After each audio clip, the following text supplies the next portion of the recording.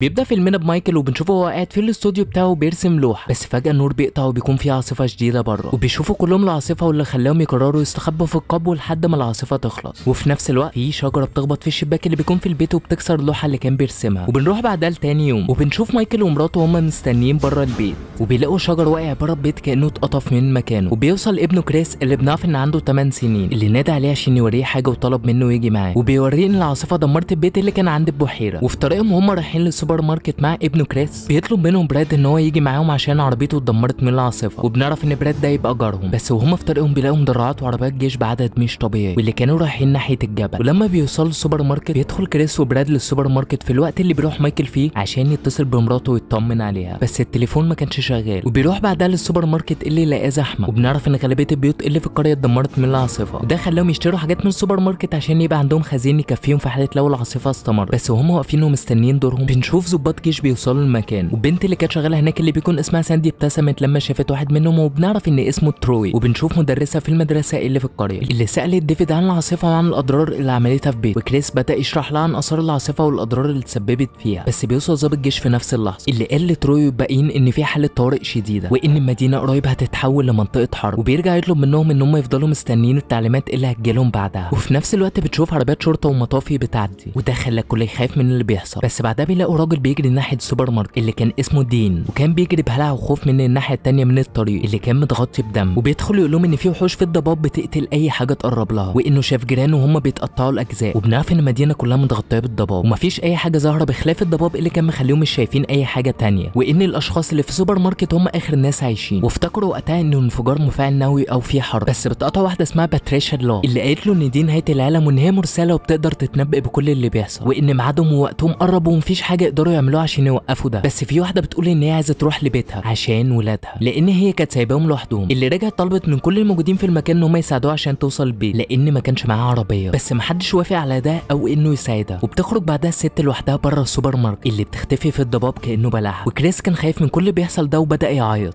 بس باتريشا بدات تتكلم مع كل اللي موجودين هناك. ومايكل بيروح للمخزن وساب كريس، بس بيلاقي مولد بيطلع دخان بسبب ان كان فيه عطل وبيقفل المولد. بس مايكل بيشوف كانه بيحاول يدخل السوبر ماركت، وده خلاه يجري بسرعه عشان يحذر الباقيين، ومحدش وقتها بيصدقوا بسبب ان كلامه مش منطقي واللي قعدوا يتريقوا عليه. بس بيطلب منهم ان هم يساعدوه حتى عشان يصلح المولد، ووقتها هيقدروا يشوفوا الكائن بنفسهم اللي كان بيتكلم عنه. وبيروحوا بيحاولوا يشوفوا المولد بنفسهم، بس ما بيشتغلش بسبب انه كان مسدود من الناحيه اللي بره، اللي خلى واحد يقول لمايكل انه يخرج بره وهيصلحه. بس مايكل رفض ده بسبب انه عارف ان في كائنات بره هتقتله. وفي نفس الوقت بنشوف واحد شغال في السوبر ماركت اللي قال انه هيطلع ويصلح المولد بنفسه، وبيخرج وبيصلحوا المولد اخيرا. بس بيشوفوا ايدين الكائن ده بتخرج من الضباب اللي كان مغطي كل حاجه، وفي نفس الوقت بتشد الشاب اللي كان بره. وبنشوف واحد اسمه تيلو بيهاجم الكائن عشان يوقفه، واللي خلى ايدين الكائن تتقطع واللي كانت بتتحرك بخلاف انها مقطوعه. بيتاكدوا وقتها ان كلام مايكل صح وان فعلا في كائنات بره. وبيرجع مايكل تاني على السوبر ماركت وبيغير هدومه بعدها عشان ابنه ما يشوفش الدم اللي كان عليه، واللي بنعرف ان ابنه عنده فوبيا من الدم. بس الناس اللي في السوبر ماركت بيناقشوا الموضوع بخصوص ان هم لازم يخرجوا من المكان ده فورا، اللي قالوا ان هم محبوسين هنا. وبدا جدال كبير بينهم كلهم بسبب ان السوبر ماركت كان واجهته معموله من ازاز، وده معناه ان لو في اي كائن هجم عليهم هيقتلهم كلهم. ومايكل بيرجع لبراد اللي بنعرف انه يبقى العمده بتاع المدينه، وشرح له كل حاجه وقال له ان الكائنات دي ممكن تكون خطه من الدوله عشان يقللوا التعداد السكاني. اللي ما صدقوش لانه ما شافش حاجه، بس الباقيين بياكدوا القصه بتاعته. واللي بنعرف ان براد بخلاف اللي سمعه كان فاكرهم بيهزروا وما كانش مصدق. اللي رجعوا وقالوا له لو مش مصدق تعالى معانا القبو وشوف بنفسك ايدين الكائن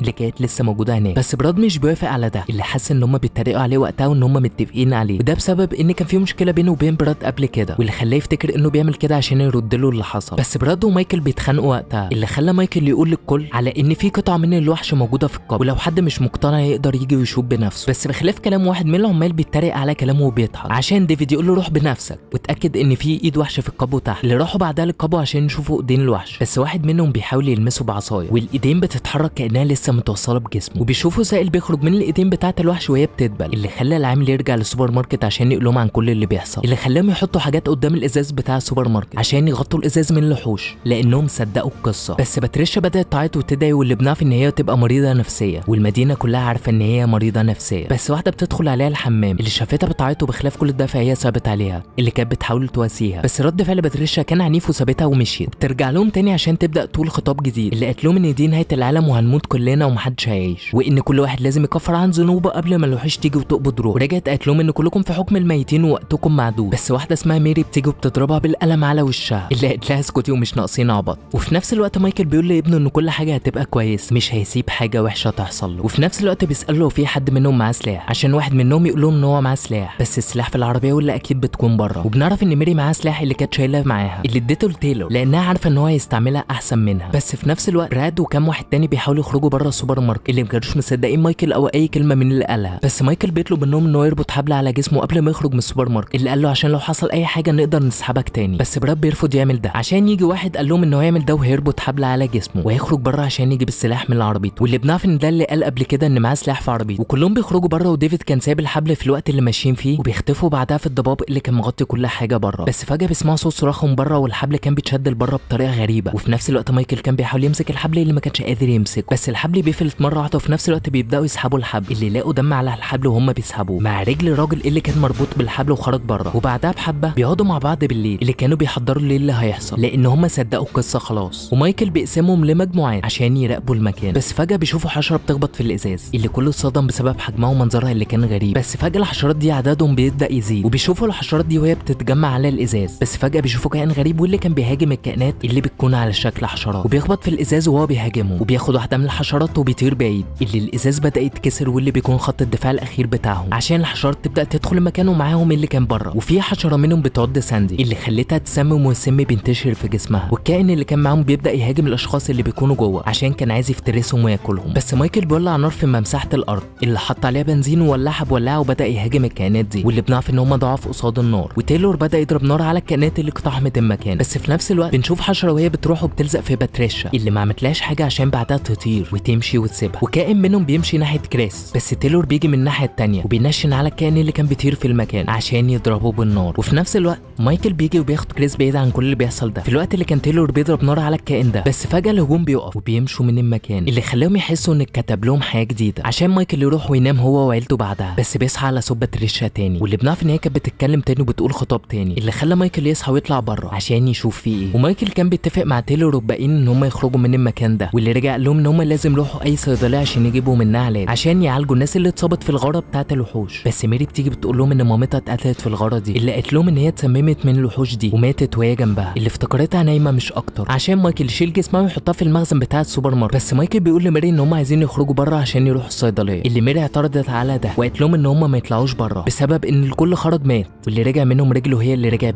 بس مايكل بيقول لها ان هم محتاجين علاج ومستلزمات طبيه، بخلاف ان الرصاص اللي معاهم خلص. وده معناه ان في الغاره الجايه مش هيبقى معاهم اي حاجه يدافعوا بيها عن نفسهم، وما ينفعش يفضلوا محبوسين هنا مستنيين موتهم. وبيروح مايكل بعدها عشان يشرح لابنه اللي قال له ان هو بيحبه وهيرجع له مهما حصل، وبيطلب من ميري ان هي تهتم بيه في الوقت اللي هيكون فيه بره عقبال ما يرجع. وبيتجمعوا عشان يتفقوا على خطتهم اللي هينفذوها. وطبعا باتريشا اعترضت على اي حاجه بيقولوها، اللي قالت لهم ان الوحوش دي هتتضايق اكتر من اللي انتوا هتعملوه، وقالت لهم ان الوحوش دي هديه وجات لهم عشان تخلصوا من العالم ده. اللي بدا صوتها يعلى وتزعق عشان واحده ست تحدف عليها علبه عشان تسكتها، اللي قالت لها هي كمان مش ناقصين عبط. وبيروحوا بعدها عشان يخرجوا من السوبر ماركت، وبيدخلوا الصيدليه اللي بتكون في الناحيه الثانيه من الشارع، اللي ما لقوش حد عايش او كانوا شايفين اي حاجه من الضباب اللي كان مغطي المدينه كلها. وبيدخلوا على الصيدليه عشان ياخدوا اي حاجه هم محتاجينها. بس فجاه بيسمعوا صوت عياط في المكان، كأن في حاجه بتتألم جوه، عشان يبصوا ويلاقوا ناس متعلقه في السقف في شبكه زي شبكه العنكبوت. وديفيد بيجي وبيبص عشان يلاقي الظابط اللي قال ان المدينه دي هتكون منطقه حرب متعلق في خيط عنكبوت، اللي بطنه بدات تنفجر. وكان بيقول لي احنا ما كانش المفروض نعمل ده، بس بطنه بتنفجر من جوه عشان يخرج منها عناكب صغيره. وبيظهر عناكب تانية اللي كان حجمها اضعاف العناكب دي، وبيضربوها بالنار بخلاف ان ما كانش معاهم رصاص كتير. وبيهربوا وبيلاقوا ان في عناكب خرجت معاهم وراحت للسوبر ماركت، اللي خلاهم يترعبوا اكتر. في الوقت اللي كانت باتريشا مكمله في كلامها وبتقول لهم ان هي المبعوثه ومنقذه اللي هتطلعهم من كل ده. بس مايكل كان قلقان بسبب ان الناس بدات تصدق باتريشا، وبيروح عشان يسال تروي اللي كان معاهم في المكان عن كلام الظابط اللي قاله بخصوص ان هم ما كانش المفروض يعملوا كده. وتروي رد عليه وقال له انه ما يعرفش اي حاجه بخصوص الموضوع ده، اللي قال له ان ممكن زمايله يكونوا يعرفوا حاجه بخصوص الموضوع ده، وطلب منهم يدوروا عليهم. وبيلاقوهم في المكان بس شانقين نفسهم في المكتب اللي ورا. وتروي كان عارف كل اللي بيحصل بس ما رضيش ينطق بكلمه واحده عشان الكل يحاصروا لان ما كانش قدامهم غيره. وتروي بيقول لهم ان كل اللي يعرفوا ان العلماء كانوا بيفتحوا بوابه لعالم تاني، كانهم بيفتحوا بوابه لبعد تاني. وطبعا باتريشا لما سمعت كلامه طلبت منهم انهم يقتلوا تروي، وبنعرف ان هي كانت مسيطره على الغالبيه. والكل بدا يضرب تروي بسبب كلام باتريشا، اللي راحوا عشان يخرجوه بره السوبر ماركت. اللي باتريشا قالت له انت هتتعاقب بان الوحوش دي هتفترسك بره. ومايكل كان بيحاول يمنعهم من ان هم يعملوا كده، بس بيمنعوه لان عددهم كان اكبر. وتروي كان بيخبط على الباب وبيصرخ وبيطلب منهم ان هم يفتحوا له، بس ما حدش رضي يساعده وسابوه بره عشان حسوا ان هو السبب، بخلاف ان باتريشا منعت اي حد ان هو يساعده. وبعدها بيجي كائن من الضباب اللي شده وخده بعيد. وفي نفس اليوم بالليل بالليل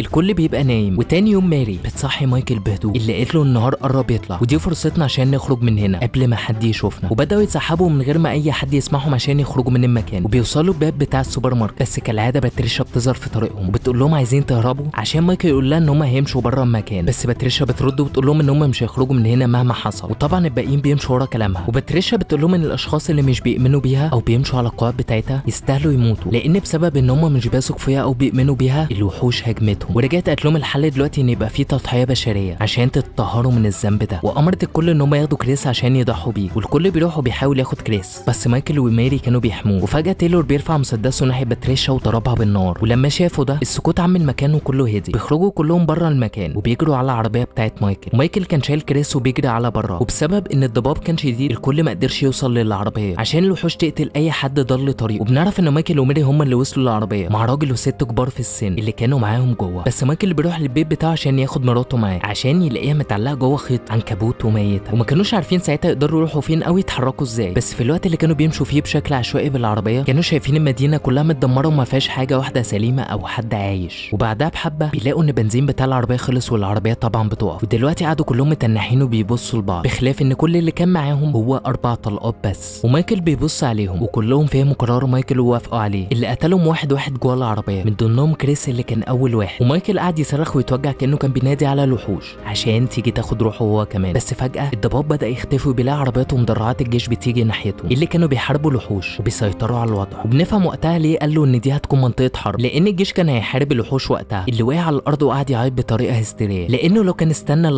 لحظات قليله بس ما كانش هيضطر يقتل عيلته كلها بايده، وكان زمانهم كلهم عايشين دلوقتي. بس وبيخلص الفيلم على كده. وما تنساش تعمل اشتراك في القناه عشان تشوف كل جديد.